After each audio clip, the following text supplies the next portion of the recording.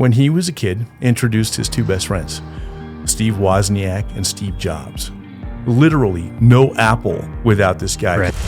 He just stopped in his tracks. He just stopped and just looked straight ahead. His eyes then started looking around. I've just always felt in my soul that you're meant to do something grand.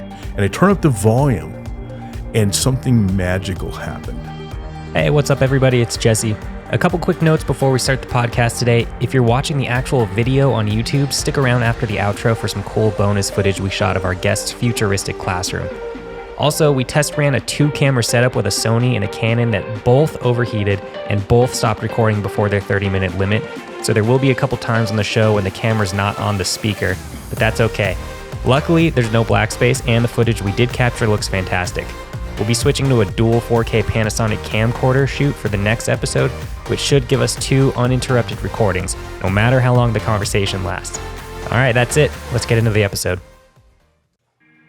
Welcome back to the We Freak Out podcast.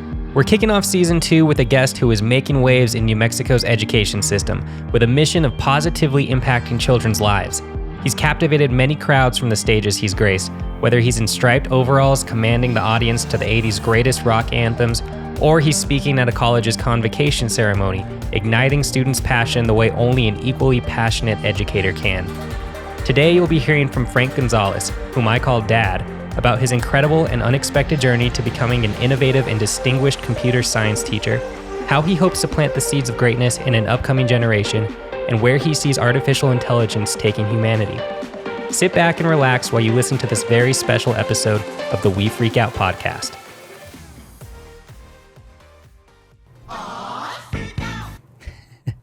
All right, well, we're here today with inventor, rock star, educator extraordinaire, and Dad.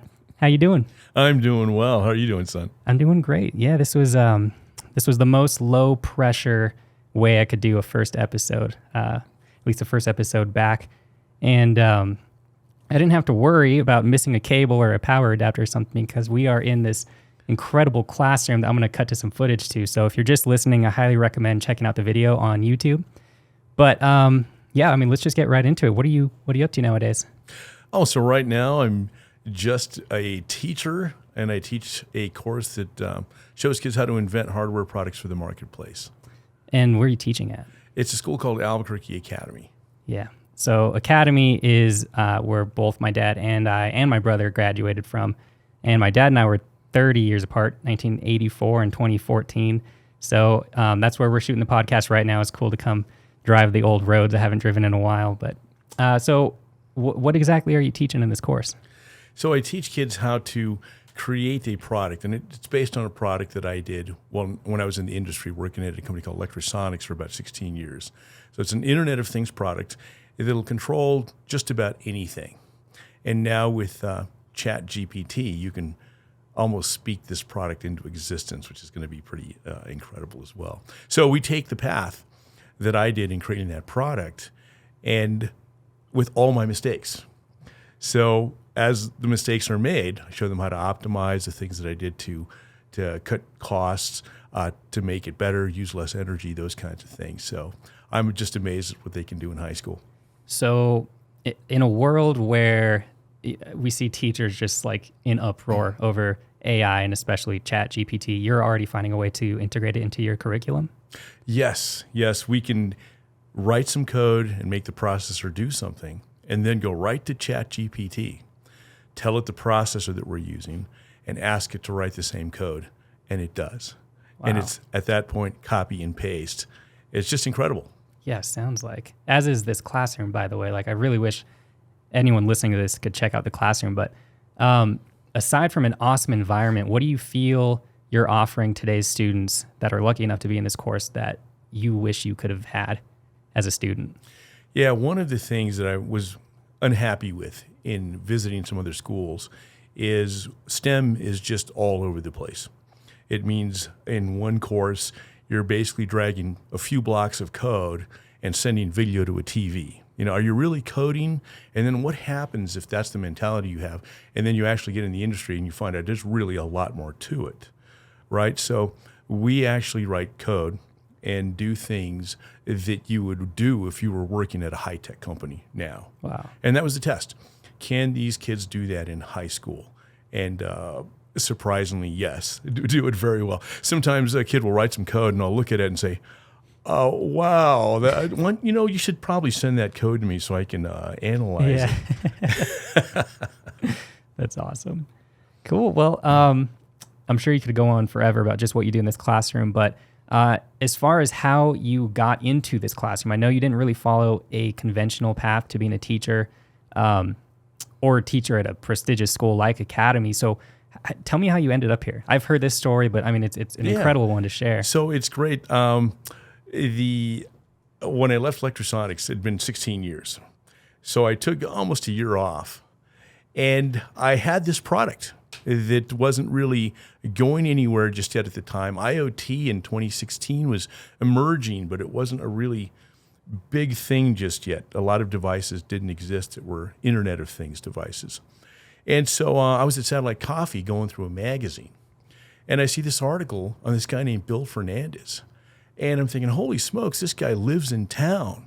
Bill Fernandez, when he was a kid, introduced his two best friends, Steve Wozniak and Steve Jobs. Literally no Apple without this guy, because they never would have met. So Bill told me that he lived, I believe, across the street from Steve Wozniak. So they were friends, spent the night at each other's houses and so on. And then Steve Jobs went to the same school that Bill went to. So he thought they were both pranksters. He thought he'd introduce them, and they're both older than he was. And he became the first Apple employee in Steve Jobs' parents' garage before Wozniak even committed himself. So this is the guy that I see in the magazine, and I sent him an email. And 2 weeks later, he responds, and he comes and meets with me. And I asked him, I showed him the product, and I asked him right away, do you think Apple would be interested in a product like this, something where people could actually create, make it do whatever they want? And he said no. He said Apple's really interested in their ecosystem and things that live in their ecosystem. He says, but something like this, it'd be amazing if you could teach kids how to invent a product like this, a real-world hardware product. And then he said, at a school like the Academy. And I said, well, I'm actually an alum from there. So I came to Academy, talked to a teacher named Kevin Fowler, who was actually he was here teaching. I'm not sure if he was one of your teachers or not. Didn't have him, but lots of friends did. And he was your little brother, Zach's advisor, right? And so Kevin got really excited, and he said, hey, you know what? We should do maybe an after-school program. I thought, oh, that'd be great, So then the doors started to open. So it turned out the computer science teacher had just walked out. So now they didn't have a computer science teacher. They were scrambling. And I couldn't fill in at the time. I was doing another project. But for the next year, I spoke with the people here at the Academy. They understood I didn't have a degree, a teaching degree, or a college degree. I had a high school degree, luckily. Yeah, that they signed. Yeah. So they thought, okay, let's see how can we make this work out. And so the first year I came, I taught C++, Java, and computer science principles, and had to rush out over the summer to get certifications to teach those courses. So once I did that, I couldn't teach my course because kids had already signed up the previous year for the courses. So the next year they allowed me to teach my course, and 9 brave young boys signed up. So, what does that mean, my course? I mean, you had never taught a high school class before. How do you just, with no degree, how do you put a curriculum together? Exactly. And the thing is, I had taught lots and lots of 4-hour classes at places like Infocom and Cedia. And these are just like technology conferences in big cities, right? Yeah, teaching people from around the world how to write apps for their iPad to control hardware. And I didn't have a curriculum when I came, so I was presenting things as I created the product to see how long that would take, how interested the kids would be. Could they do this? Could they wire this on the breadboard? Could they write code? Could they do a virtual version? Could they do schematics? Could they do printed circuit boards? I didn't know. And they just ate it up. And when we got to the coding part, that's the brain of the processor, and they're writing all the code to make it do what they want. It was pretty astounding what they could do with just learning the language that year. So the next year, kids talked to each other. The next year, 32 kids signed up. So now I had 2 classes. And it just kept to grow. So I was taking two of the classes plus a Java class and also a Python class. And now, here I am 6 years in, it's all I teach is just 4 versions of my course, plus also an independent study that is an advanced course. Next year, for 2023-24, I'm teaching 3 versions of my course. They just expanded the number of kids that could be in there. And then also a version of my course that's all artificial intelligence based. So now how do we, create a product that's actually going to learn or actually become a better predictor? Yeah. So I'm excited to do that, and then an independent study that's going to teach kids how to design products with AutoCAD Fusion 360, so the chassis and all those different kinds of things. So it's growing, and the path was just a very fortuitous, path, and also very lucky to be able to have been given the opportunity, to try it. Yeah, it sounds like you just jumped through one impossible hoop after the next. To get Yes. here. That's insane. Exactly. So, gosh, lots of people at an early age realize they have a knack for creating, whether that's song, poetry, making movies on their MacBook, like Zach did.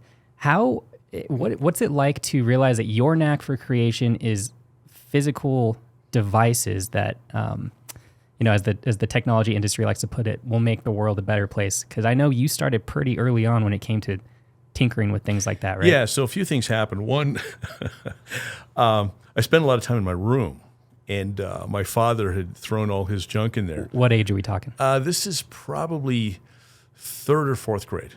Okay. So I'm in my room. My father had ordered one of those Become a TV Repairman Sally Struthers kits. It's an old thing. You can actually look at the commercials from way back when. Choose from any one of these programs: high school, TV, VCR repair, computer programming, electrician, animal care specialist, auto mechanics, PC repair, bookkeeping, legal assistant, medical office assistant, hotel restaurant management, learning the personal computer, electronics, or get your degree. You can major in business management or accounting. ICS gives you everything you need, so call right now. And he got frustrated and threw it all in my closet. And then also he had no place to put his guitar amp and his guitar, so he just put it all in my bedroom. So he'd come in and play guitar, and so now here I was in my room spending all this time with just a guitar and this junk that ended up in my closet. So I started going through this junk, just as a kid would, just curious as to what it was. And I found the soldering gun, and then I found all this solder. So my first electronics was just melting all this solder onto my closet floor. And I thought it was kind of neat, right? Then what happened is because I thought that was neat, I saw all these electronic parts. I didn't know how anything worked or what it did. It just looked interesting. Like, you have TV, and then all this stuff makes the TV. I mean, I can see pictures and stuff. It's very interesting to me. How does this work? So for Christmas, I got a 150-in-1 electronic starter kit that a lot of kids had back in the 70s. And it really didn't teach you a thing about electronics. It was basically, you connect the dots to make a picture on a piece of paper. This was you would wire from spring to spring, just the way the instructions did. And then all of a sudden, you'd have this little device that would work. And one of the ones that I put together, it took a lot of wiring and very simple. Anybody could do it. But it was a hearing aid. It was called the Big Ear. And so I'm listening to this thing. I'm in my bedroom. I put in the earpiece after this thing is ready to go, and I turn up the volume, and something magical happened. I could hear my parents' conversations in their bedroom through the ceiling vent. Uh-oh. And I thought, oh my gosh, look at the power in this. So I just thought, this is really great. So the next thing that I thought is I had my great-grandfather. He was a bugler in World War I, and he couldn't hear very well. And he had this hearing aid with this gigantic box that he wore in his shirt pocket. And all the hearing aid did is it stuck in his ear and just whistled all the time. That's it, right? Just he heard nothing. So I took over my box, I set it on his lap, and I pull out his hearing aid, just right out of his ear, and and he's fighting me on this, right? I can't explain it to him because he can't hear what I'm going to say to him anyway, so I just have to do it. My great uncle's there. So I pull out this earpiece, and I plug in my earpiece, turn up the volume, and he just stopped in his tracks. He just stopped and just looked straight ahead. His eyes then started looking around, and he just did this, a thumbs up, like turn it up louder, turn all the way up. And he could hear. Wow. And I thought, oh my gosh, this is really cool. Tata can hear. Yeah. And my Uncle John was kind of blown away. And he asked me, can you make this for him? It's smaller, like his ear. I'm like, no, I don't know anything about electronics. I just put the wires together. This was connect the dots. But it showed me the power of this stuff. When you were done, you weren't just making a picture by connecting dots. You were connecting circuits together, little parts and components, and actually making magic. Yeah. Where you're taking in audio and converting it somehow, amplifying it, and then putting it out. And that to me, and here's the biggest part of that. This is what every kid needs to hear. So as soon as I did this, which really didn't take a lot of effort to do, anybody could have done it. But at that point, people thought I was smart.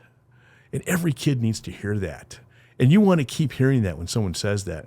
So that really got me excited about what do I do next? How do I really do stuff instead of just carrying my box around that makes different projects? Yeah. So that was a really inspiring part of the whole thing. It's amazing. Yeah.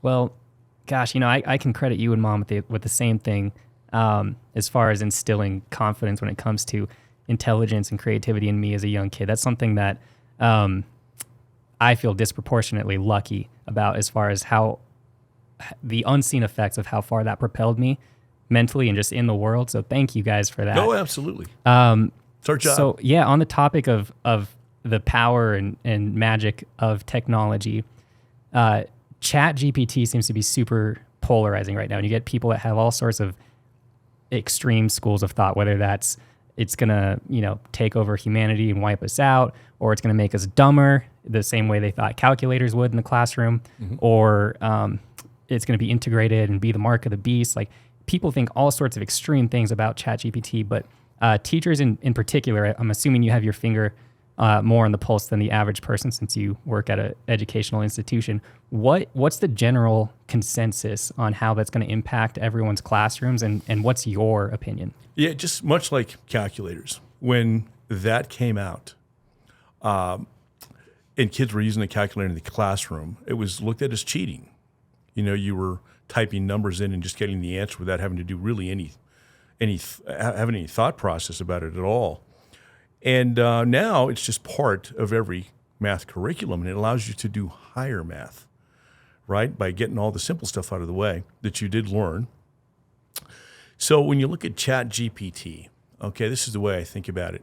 And of course, there's already kids all over the country on academic probation by just having ChatGPT write a paper for them. It's one of those analogies, Bill Cosby, he talked about one time that when he'd take paper, to get, he'd have the paper weighed and then you get money back for the paper. Well, one of his friends, and they'd sneak rocks inside the paper to give it a little more weight, get a little more money back. And old Weird Harold, he'd put rocks on top of the paper, right? You think, what? Sounds like that's a very dumb thing to do. So if you have, a kid who's written a paper, and written a paper, and the teacher knows how this kid writes, and all of a sudden they turn in this ChatGPT formulated paper, it doesn't resonate with any kind of the style that the kid had before. Right. So it's obvious that they didn't write the paper. So if we look at this now with ChatGPT in a different way, like the calculator, okay, as an example. For instance, when I was learning how to play guitar, I wanted to play just like Eddie Van Halen, okay? And that took some work to get there.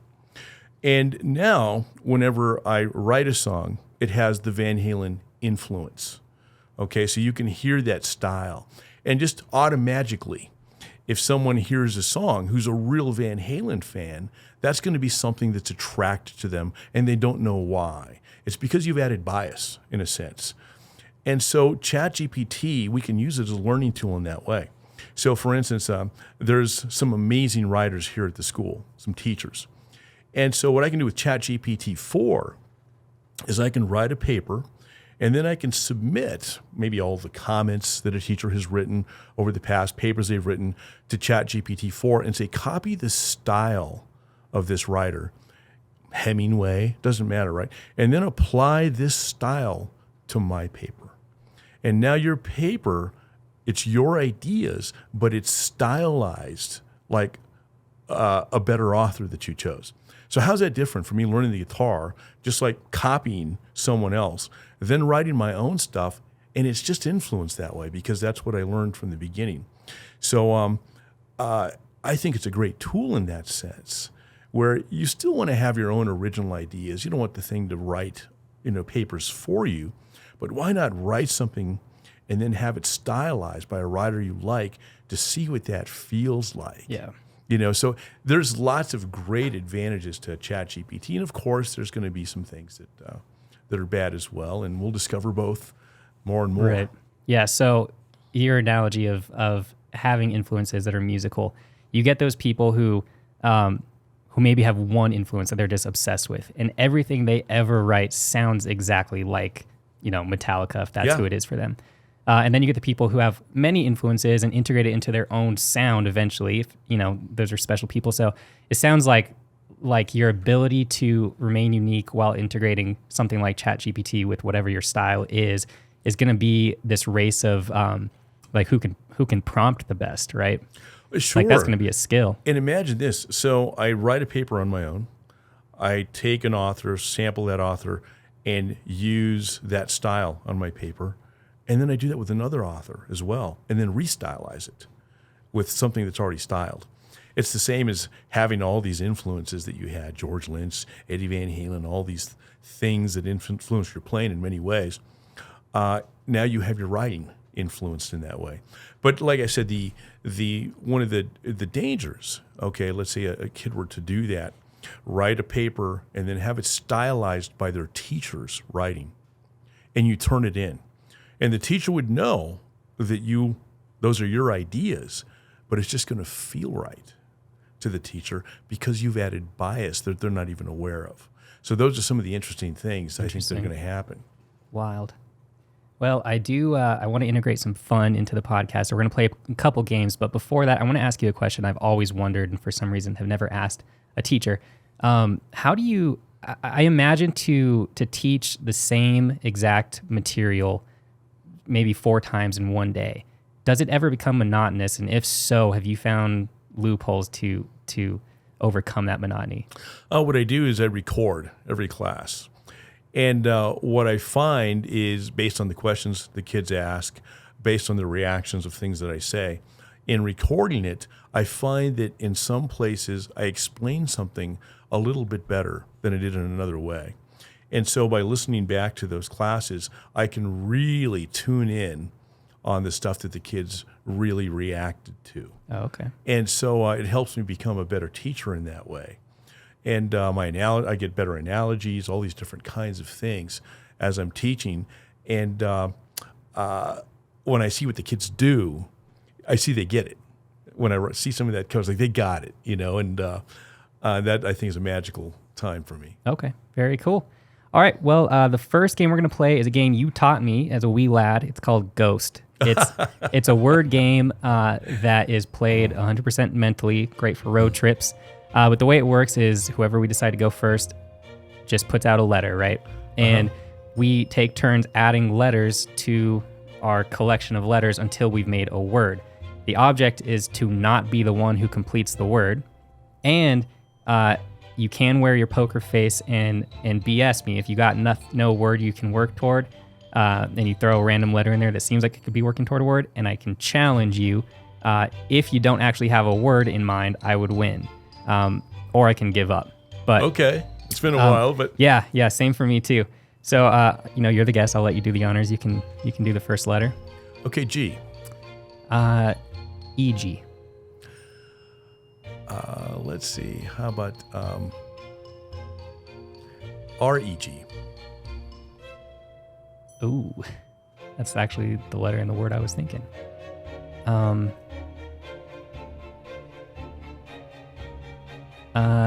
REGA.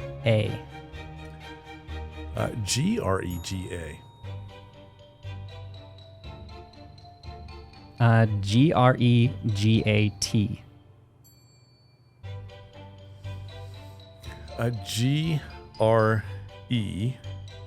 GREGAT.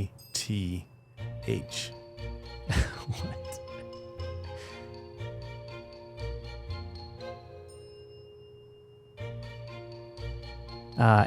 NGREGATH.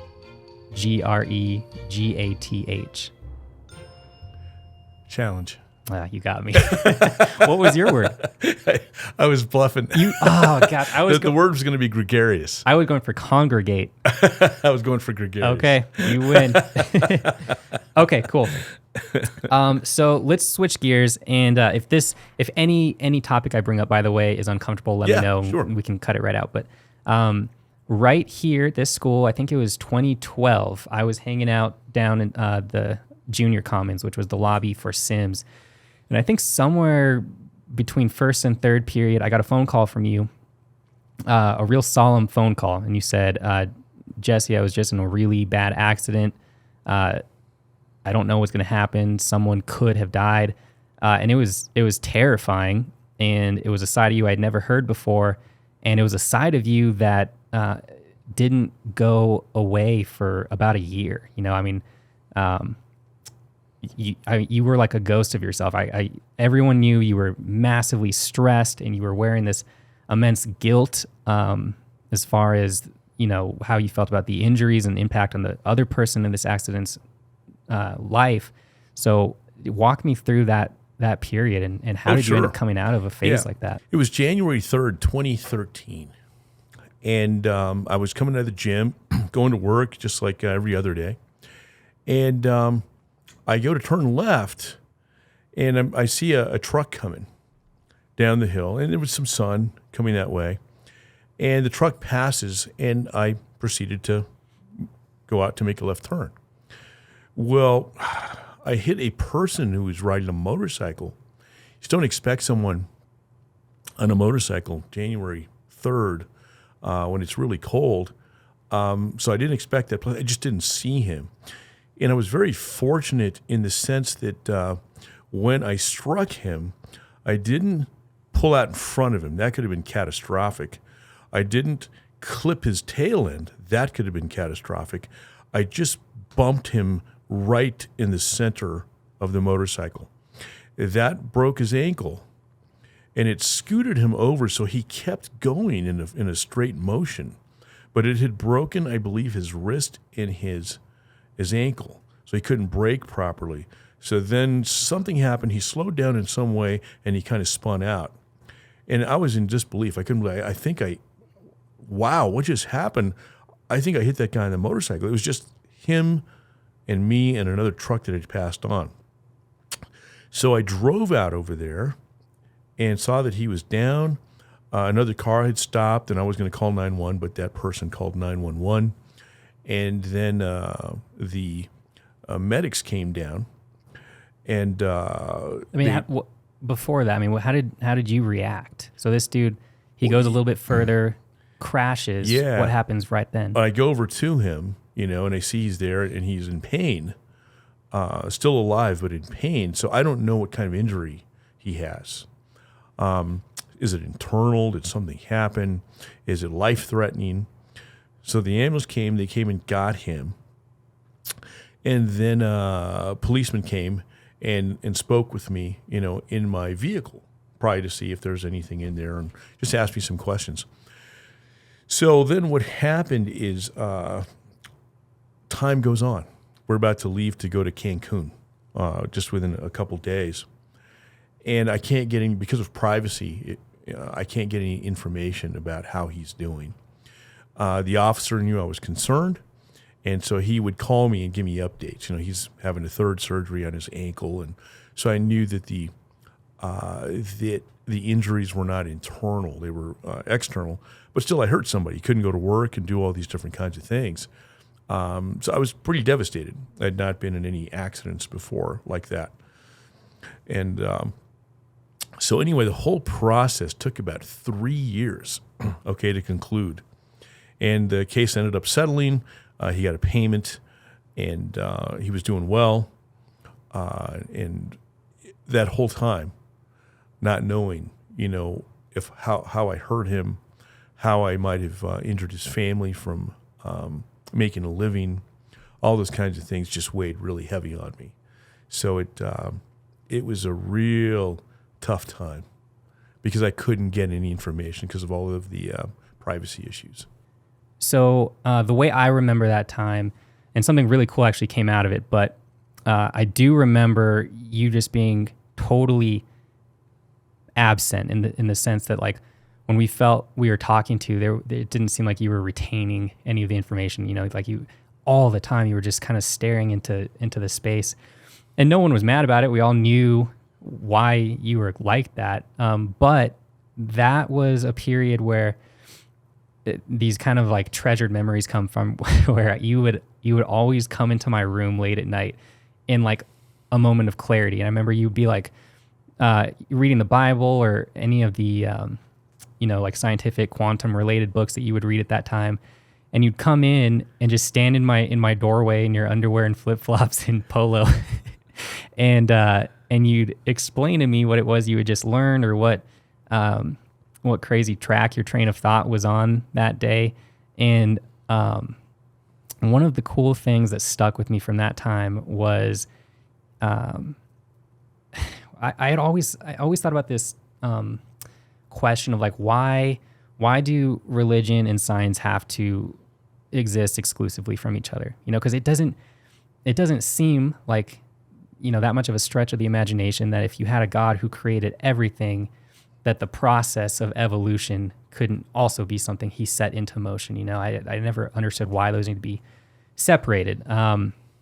But you brought to me this theory one time of a multi-dimensional God entering a three-dimensional world, and this would be basically like a scientific explanation of Jesus. But you related it to a video game that you had made way back when, and I loved that explanation, and there's no way I could explain it better than you.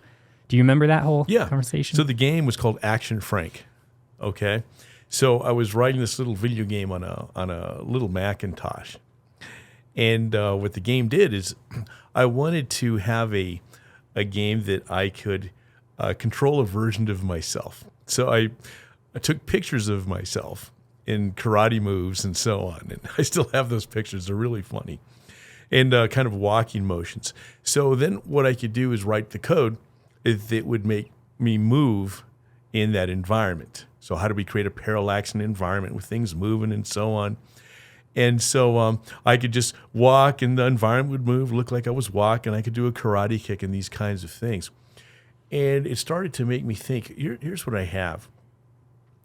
I have, in this environment that I'm coding, 256 colors, 2 to the 8th power of colors available, not the millions that we have in our world.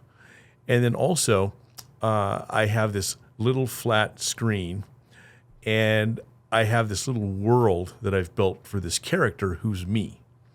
And then I added controls to make myself do different kinds of things. And it made me think of a much bigger picture, thinking of the world, now 3 dimensions, and adding flesh and blood and thought and all these different processes. And it started to make me think about, okay, so if I'm the creator, of myself, and I put the best version of myself into this little world, right, that then I can manipulate and move around, but then let the character maybe discover some things on its own, and step away. Well, how's that not like, the Lord putting his son on the earth in a flesh environment, something that had to live in this 3D space, because we're in a 3D space. And if the Lord is multidimensional, that's what he has to work with, right? He can do some astounding things in that 3D space. But for him to put a version of himself in there, Jesus in flesh and blood, and having to learn and interact in that space, I thought that was very interesting. And I didn't think about that until I was actually creating this Action Frank game. Because I could add more features, make the character grow, and what it can do, and how it would learn from its environment. And I didn't go all that far. I didn't keep moving with this game. But it started that thought process of, wow, if I could step out. And I'm actually sitting outside of that in a three-dimensional world where this character's in a two-dimensional world, in a sense. And how much more power if you could sit out of our three-dimensional world in a multi-dimensional world, but you still have to work with the constraints of that. So it started that whole thought process. Yeah. And that was just one of many super abstract conversations we had during those couple of years we talked topics from like irreducible complexity. I mean, that was a kick you were on for a long time, and quantum entanglement, and just awesome conversations. So thank you for all that. I'm glad that came out of that period. It was a problem that I had as a kid. And I think there's lots of kids that have this problem.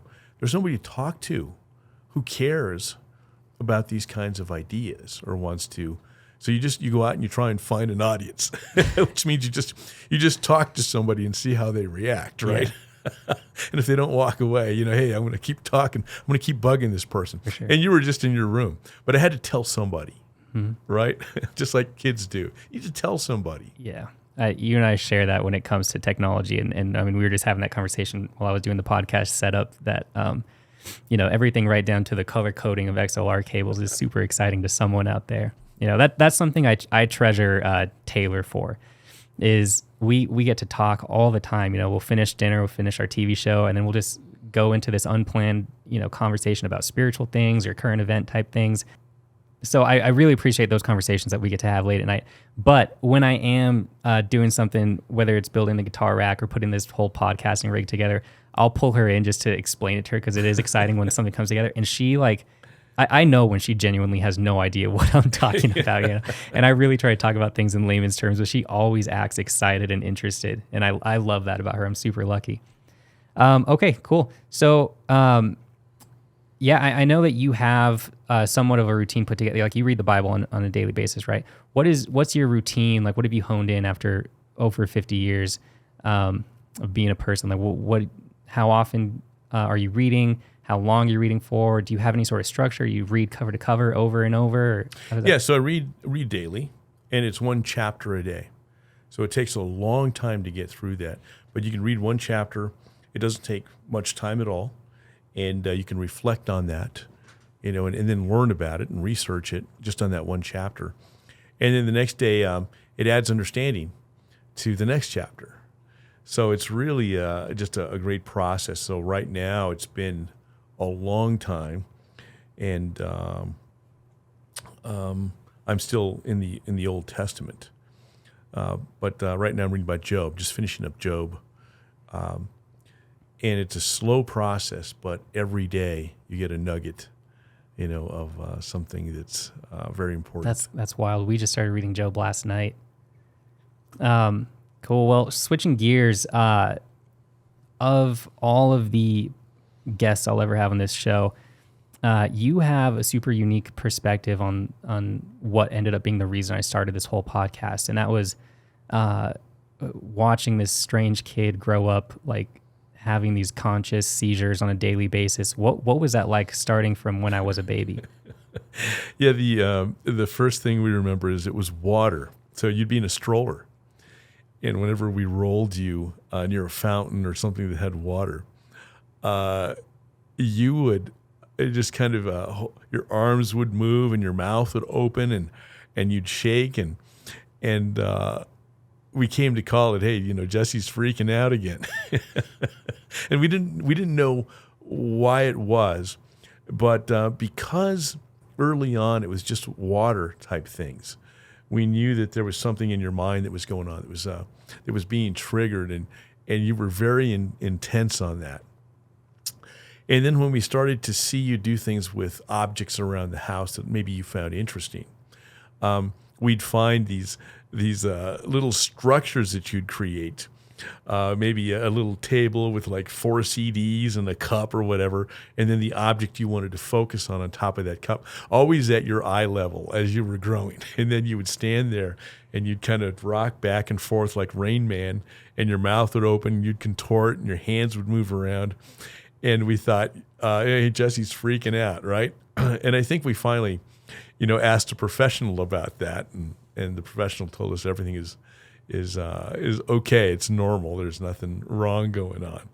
But we found out you had this kind of vivid imagination, but it was hard for us to understand because we couldn't see what you were seeing.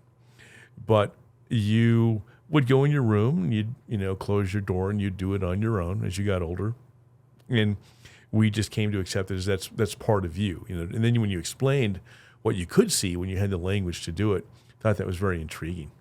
Yeah. Still do it, by the way, and it's a totally normal thing at home too. Like Taylor will be cooking dinner, and I'll tell her, "Hey, I'm gonna go freak out for half an hour while you're doing that," and she respects the privacy too. Just close the door and do my thing. But yeah, but it was fun. It was just like, we just said, "Hey, Jesse's freaking out." Yep. And it was never like a big worry, later on, and we just knew it was something that you had to do for whatever reason, and that you enjoyed doing it, and you do it just wherever you were. And it was fun to watch. It's grandparents' house, and everyone just accepted it. Yeah, I still don't know what it is. I mean, I came across this term a few months ago called hyperfantasia, which is just like this hyper vivid sense of imagination. But nowhere have I read anything about movement or like hyperfixation on objects associated with it. So I still don't think that's quite it. But one day, I mean, this is a bucket list item, I'd love to get David Eagleman on the show, because he's another Academy graduate. But yeah, I mean, he's a prolific neuroscientist, and he just started his own podcast like in the last few weeks. He's only 3 episodes deep. Great. Yeah, I was just listening to his first episode on the way over here. Cool. Well, so I remember early on you popped on YouTube with uploading some Van Halen cover videos that you and your old band used to play in clubs around town. It was like 2007, I think. Whenever you were uploading, I know YouTube was like 2 years old. And not long after that, I was uploading videos, and I remember, competing for subscribers and view counts with you. But I mean, we both crossed the 1 million view mark, which is an accomplishment back then. So I know everything you did back then was Van Halen. Tell me what role Eddie Van Halen played for you, starting with the moment you ever heard about him. Yeah, so that was my first concert. So I was playing the guitar a little bit, and in 8th grade here at the Academy, a friend of mine said, "Hey, I'm going to go see Van Halen. They're going to do a concert," and I'd never been to a concert, and asked my father if I could go to the concert. He said, "Yes, but I'm going to pick you up promptly at 11 o'clock. So I didn't get to see the whole show. So I'm with my friend watching the very first band that came out, and I forget what they were called, but this was in September of 1980, and I still have the ticket stub. And so out comes Van Halen. And I, of course, listened to their album. So I was familiar with this band. I wasn't familiar with the prior band. And so when they came out and they started playing, I saw the crowd reactions and felt the energy of the whole thing. It was life transforming. And I said, I want to do this. I want to do this. And so started to grow my hair long, and started to learn some of the Van Halen stuff. I didn't have, back then there weren't any YouTube videos or any of those types of things. So you'd find some tablature and some magazine. I had enough money for 3 guitar lessons in my whole life. So this instructor named Vaughn McMillan, who's still a friend, it was $5 a lesson for a half hour. And so I took 3 lessons. And in that asked him all my Van Halen questions. And he had been to that concert too. So he had some ideas of how this Eddie Van Halen was doing this stuff. And I just took off with that and just got all the magazines I possibly could. And then also just started to learn to play like him and started to grow my hair like he did, started to dress in that fashion of the 80s, kind of the wild reds and whites and blues and so on. But that was a very important transformational part of my life because I didn't feel very liked by people in general. I didn't feel that any girls were attracted to me in any way. I didn't feel I had anything redeeming to offer. And I thought this might be a chance to have something that might be attractive. And so as I learned to play more and more, and we started to play out and play live, my life started to change. And it turned out to be a great thing. We played some big shows. My playing was getting much better. And I started playing in a club band. And that's how I met your mother. Smooth. Who happened to like long-haired rocker boys. Yeah. Well, let's take a trip down memory lane here. Speaking of early days of YouTube, this is probably the best looking 240p video out there. I mean, you don't see very many videos today that are just a straight up square like this. Right. It's a 4:3 aspect ratio. Is it? Yeah. So where was this? This was at a club called Cowboys that doesn't exist anymore. Here in Albuquerque? Yeah. And the bass player in the band. We got some sweet video editing there. Yeah. Bass player in the band is named Swami Rob. He's actually the DJ for 94 Rock, the lead DJ. And it was great. He helped us to get some of these gigs. But so around what year was this video shot? I believe that was, it says 15 years ago about. Is that what it was? That's when you uploaded it. Yeah, so I'm going to say that was, I can tell you exactly. That was in 2002. Okay. And, I mean, where would you find a shirt like this? Because I'd be hard-pressed to find a white and black striped shirt like that. Yeah, back then they were, I had that from prior years. And so of course, I'm wearing striped stuff because I liked Eddie Van Halen. But then the overalls, and that's the best I could do at the time. As the band got more popular, we added more things. That's awesome. I love looking through the comments on these. Like, everyone is just so insanely positive. My favorite song of all time, it's like hearing EVH himself play it. Let's see, great backing vocals from the big man. Frankie is still the best Eddie cover guitarist I've ever seen. Love the guitar playing, nice pinch harmonics. Like, people just loved it. I talked to you a couple weeks ago about wanting to unearth some more of these videos. I know there's plenty more songs that you haven't uploaded to your channel. Yeah. But let's make that a reality because, I'd love to do like an overhaul on the channel, get an actual profile picture up here, retitle these things and make them a little bit more accessible. Right. And I mean, honestly, it's kind of selfishly. I just want to see more of these old videos I don't have access to right now. Yeah, it was a fun time. The one, the EVH Van Halen lessons, the idea was, I named it that because the plan was to actually make a DVD to teach people how to play this stuff. But there's some licensing challenges and things like that that you have to overcome, and I just lost the enthusiasm to do that. But that one video there, that has 767,000 views, 15 years ago. Yeah. It had a spike at one point, and it just drove it up. I think someone had talked about it in a magazine or something, and it got a lot of hits one day. Yeah, super cool. This is the segue into my second game I have prepared for you.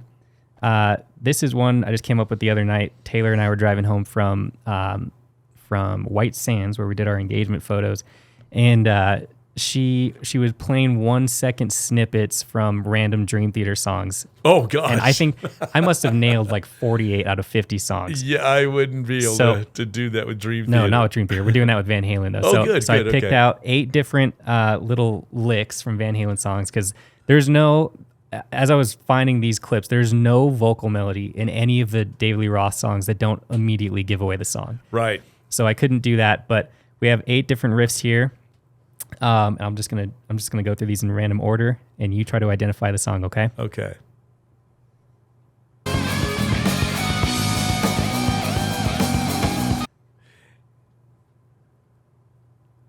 Gears are turning. Yeah. Yes.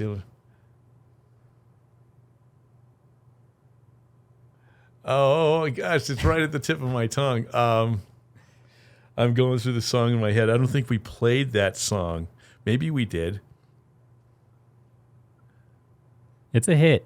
Yeah. Let's see. Oh, it's just such a random Here, spot. one more. Is that Mean Street? Yep. Yeah, Yep. okay. Okay. Number 2, you're 1 for 1.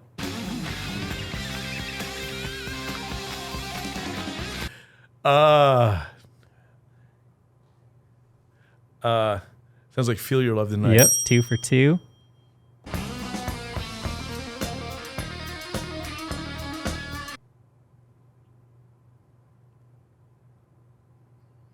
Oh, let's see here. I remember the solo.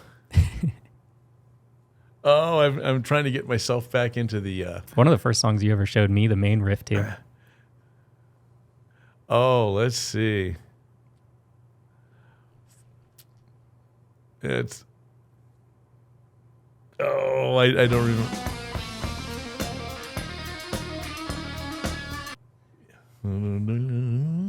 Yeah, I remember how that resolves. I don't recall. Women in Love. Women in Love. Oh. All right. We're 2 for 3. That's not the part that I think of when I'm thinking of No. Women in Love. Okay. You're no good. Yep. You guys played that one, right? Yeah. Oh.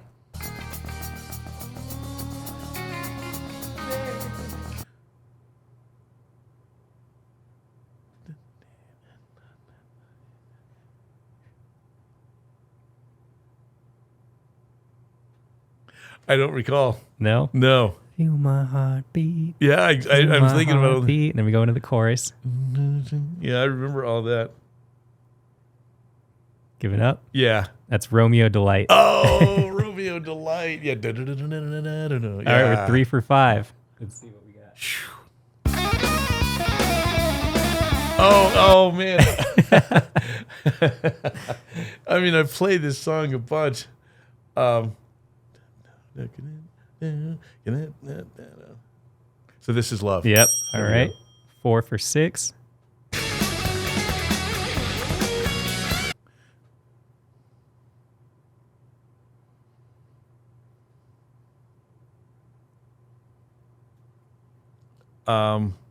Is it Ice Cream Man? Nope. Another one you played, though. Yeah, I remember playing that. I can't remember this solo though. It's been so long.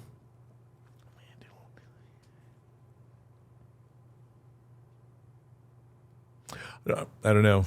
That's Somebody Get Me a Doctor. Somebody give me a doctor. Right, gosh. All right, 4 for 7. You get this one, you at least made it halfway. Okay. Hot for Teacher. Yep. Yes. All right, 4 for 8. Not bad. All right. I'm not going to quiz you on any songs from this Van Halen album, but I just learned this last night. What is the one Van Halen album that doesn't feature David Lee Roth or Sammy Hagar? Oh, that's one with Gary Sharon. That was my next question. And I don't remember the name of that album. Yeah, Van Halen 3. Okay. Yeah. And you know what band Gary Sharon sang for? Yeah. What were they called? Gary Sharon, another great guitar player in that band. Nuno Betancourt. Yep. Extreme. Extreme was the band that Gary Sharon was in. Yeah. It's funny, I was watching an interview with Nuno last night, and he mentioned that Gary Sharon was like the least Van Halen fan of all the members in Extreme. Funny how that works ironic, out. yeah. So I've noticed that as far as social media goes, you kind of use mainly Instagram as more of like a scrapbook. You don't really stay on top of what you're doing in your day-to-day life. I know you celebrate, birthdays, special events, anniversaries. Do you consciously stay quiet about things like your curriculum or, just what you're doing in general? Or have you ever thought about deploying some sort of like a social media campaign to reach ears and eyes you might not have otherwise? Yeah, it's very interesting because there was the last 5 years, there's been such a huge momentum for everything that's, the course is called IOTA X, Internet of Things Automation, and the X is for, whatever you want the product to be. And then suddenly it just seems to come to just a complete halt. And It's still very popular here at school. We're doing some great things. I'd sold a version of my course to another school here in Albuquerque called C&M, and they're doing great things with it as well for the workforce.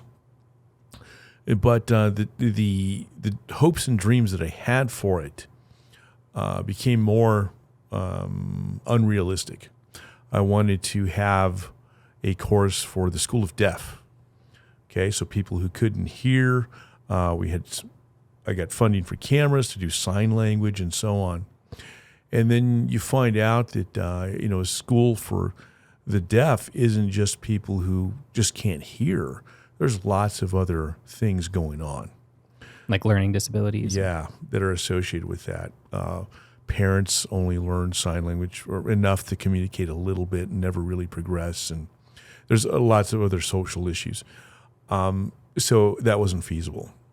And then getting it into other school curriculums wasn't feasible. Teachers already doing what they do and learning something new that is going to take them outside of their comfort zone, and they already have something that they feel is working, kind of shut that down.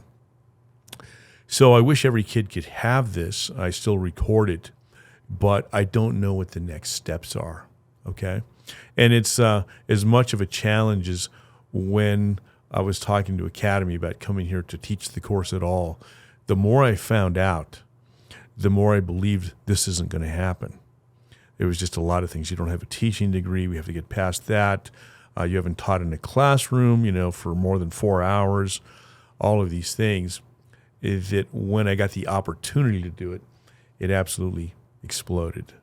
And so that's where I'm at now. I'm right at that same point where it's very challenging to understand what's next for this. In the meantime, I still have the product that I'm working with. There's an actual product with all this. I have the registered trademarks, working on the patent, all that kind of thing. But I'm just at one of those places now where I don't know where the next steps are. As if we had this podcast 5 years ago, I'd tell you about all the ideas about the course. And what I have now is way beyond that once I had the opportunity. Right. I just don't know what's next. Okay, well, we'll see if that stunts your ability to answer the next question. Okay. You got 60 rapidly approaching. I think you're 57, right? Yeah. So, with 60 approaching, what's next? Maybe not necessarily just in the world of IOTA, but what do you hope to accomplish in the next 3 years?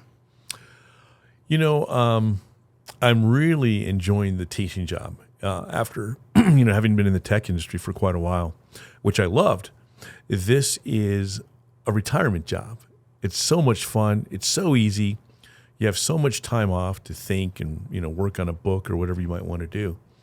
So I just want to keep, moving forward with the invention that I have.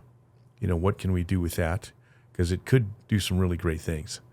And then also with the course, now that I'm going to teach this AI course and some AutoCAD Fusion 360 courses, where's that going to go? So, maybe in this whole thing, I'm not quite ready, for those next steps. But I'm excited to see what's going to happen. I'm just amazed at where it's all at right now because it's bigger than I ever dreamed it would be. In the walks that I would take around the neighborhood visualizing these things. It's much, much bigger than that. So maybe I'm not thinking big enough just yet. It's possible, I've had the unique perspective of being able to watch you through just the journey that is your life. And I've just always felt in my soul that you're meant to do something grand, and maybe or maybe not, there's grand paychecks to accompany that. Who knows? But I think you've positioned yourself to leave a massive impact on the world, and I know I'm not the only one who feels that way. So I'm gonna wrap up the podcast with the same question that I ask every guest, which is, how do you see the world differently, and what difference do you hope that makes? Well, I see the world in a sense that we have all these people, especially young people, who are trying to find out where they fit, and what they can do. Everyone wants to do something great, and the thing is, everyone has the capability to do something great. Now, what's the formula for doing something great? Well, we see all these TV advertisements say you just do this or do that, or you follow this path, but it's different for everyone.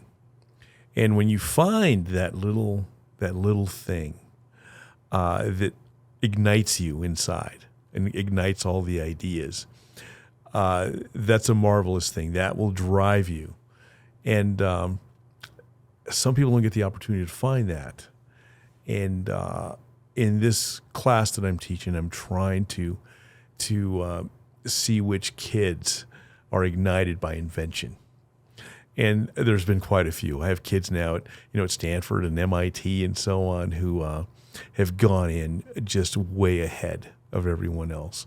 And just the way that excites them, like, oh my gosh, here I am and I know a lot of these things, and people are expecting me now to be able to do something great. Well, they can. But what's great? How do we define that? Great could just be helping your next door neighbor do something that's life-changing for them. Or it could be creating, the next pacemaker for someone. Who knows? But for me, I'm at a point right now where I'm completely satisfied with all the things that are happening because it's bigger than I dreamed. And for me, it'd be great. I've always, as you know, always wanted to have an Audi R8, right? Maybe one of these days that'll happen. That'll be so cool. And in the meantime, I don't. But it doesn't mean anything to have the material stuff. All the meaning comes from the creation that you have inside, and making those ideas come to fruition. That's what's really exciting to me now is seeing these ideas come to fruition and giving other kids the ability to say, let's take your idea and let's make it real. Let's make it happen. And they can do that, through code or whatever they're doing. But when I see them experience that magic and that thing is like, wow, I'm doing something that I didn't think I could do, because that's for smart people, right? And you see them doing it, and the eyes get really big and wide, and then hey, can I take my board home? I show this to my grandpa. My grandpa really would love to see this, And the thing is, they want to show their family, and what happens is the family sees this stuff and they say, "Oh my gosh, you're really smart. This is cool. How did you do this?" Every kid needs to hear that. That is the biggest driving force. More than just giving somebody, giving them something that they think is going to satisfy them. You give them tools that allow them to create. And then when they do the creation, there's the satisfaction. Satisfaction in creation. We know someone who's like that already, right? So, I'm just having a great time, and we'll see what happens in the future. We'll keep growing. And you do get to those spots where it just seems like you're at a standstill, for a year or 6 months or whatever it might be. But there's always something you're being prepared for. Yeah, I think that that selfless perspective and the willingness or the desire to give back to the world is exactly why you're poised for a big impact. So thank you. I think this is going to make for an awesome conversation to kick off season 2 of the We Freak Out podcast. So couldn't have picked a better guest. Thanks for taking the time to speak with me today. All right. Thanks, son. All right. Well, if you enjoyed that conversation, then I encourage you to follow We Freak Out on Facebook, YouTube, and Instagram to make sure you don't miss any of the awesome guests I've got scheduled in the coming weeks. It would mean the world to me if you'd leave a positive rating wherever you listen to your podcasts. And if you want extra credit, tell a friend to give it a listen. Well, I won't take up any more of your time. Thanks again for listening. Now get out there and make a difference. So this is a teaching system I designed that teaches kids how to invent hardware products for the marketplace. The problem was, in teaching a course like this, how does a student see your circuit board and drawings that you've done? Instead of having a big projector that only half the class could see, I wanted to make it more personalized. And then also, when the students watch what's going on in their monitors, there's a timeline of their learning that they can take on their phone. So as an example, if you look at one of the student monitors, you can see what the student can see. So for instance, if I'm working on a circuit board, we're working on volume level here, for instance, and I can zoom in on the board if I want to, so they can see close-ups of what things should look like. I can zoom out, and so kids can take screenshots, everyone can see what's going on. And then if I want to show the schematic, I have a little stream deck here, so I can show my PC. So any code, this is the stage that they see here, so anything I want them to see, I can just simply drag over, and now it's on all the monitors, and they can see what's going on. So every kid can see absolutely everything. And then every class gets recorded. So if a kid misses the class, they can come in and just sit down and watch the class in its entirety and be able to have the same time that other students had to actually do the exercises, instead of just a brief 20-minute meeting with the teacher after you miss 2 days of class, which is very difficult for a student to catch up. So that's available. Also, I wanted to have the ability to show my diagram board. So if I'm drawing something, kids can see what's going on here as well. And I can draw schematics. They can take pictures as they're drawing their own schematics. And that feed is from a camera that's suspended right there, aiming downward. Yeah, so camera's aiming down here, camera down at the breadboard, and the cameras are on their own stand, so I can't vibrate the cameras, when I move the desk. And then also here, let's say that I want to talk to the kids. I can do that anytime. All I do is I bring my cell phone and say, hey, do your homework. And that can go over, any screen that I happen to be using. So it works really well. And then also, I don't have that connected, but I have the phone as well, and it appears on the screen. And that's for apps. If I want to show some really neat electronic apps, they can see that as well. And it makes for a really great learning environment. And then I have a recorder. So the green screen's just always good to go for when you want to throw yourself over. Exactly. Whatever's on a So it's just screen. Always there, and it's a really nice. It's awesome. It works out really well. Main camera, like I said, everything's recorded, and it made for just a great learning environment for the kids. Now, one other thing that you don't see here is every one of the kids, their desk has an adapter here, so they can plug in to their computer. And then they have their computer, so they can still maintain their privacy, and they can display on a secondary display here. And then I can take their screen and broadcast it to the rest of the class and say, hey, look what this really cool code this kid is doing. Or I can group them. So I can have these two kids work together and show their screens to each other across this way. So any type of routing that I want to do is possible in here. Also, the kids have the ability, as we start to control things with the breadboards, we have outlets we control. We also have a whole other rack here. In this rack, it allows me to play back my courses. So you can see there's 8 speakers zones in the ceiling. Every group has their own speakers, but we can control all kinds of things. So there's RS-232, there's Ethernet, there's contact closure, there's infrared. And each set of kids has their own set of DVD players that they can control. And then there's TVs mounted up top here.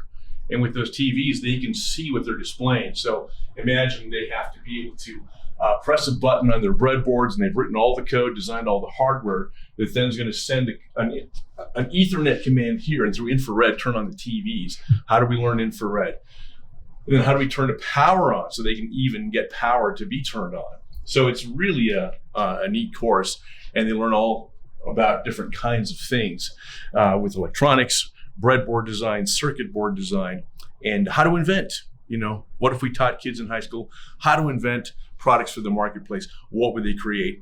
And I'm seeing some pretty astounding things. And then they go to college, and they have the college advisors hearing a student talk about these embedded programming stuff you don't learn until your 4th year of college, and they're just blown away. Wow. So it's really a neat course to have. So this is what Gen 2 teaching looks like? Yes, this is it. Who's more excited about just the setup of your classroom, the students or the other teachers? Oh, the students, they've already deemed this the coolest class the coolest classroom on campus. Yeah, I'd say I agree. So it's really great. And on top of that, kids, they come in all different kinds of sizes. So each desk, it's wired so they have a terminal. They can take the desk up and down, to accommodate their legs. There's also drink cups here. And then also I added power here.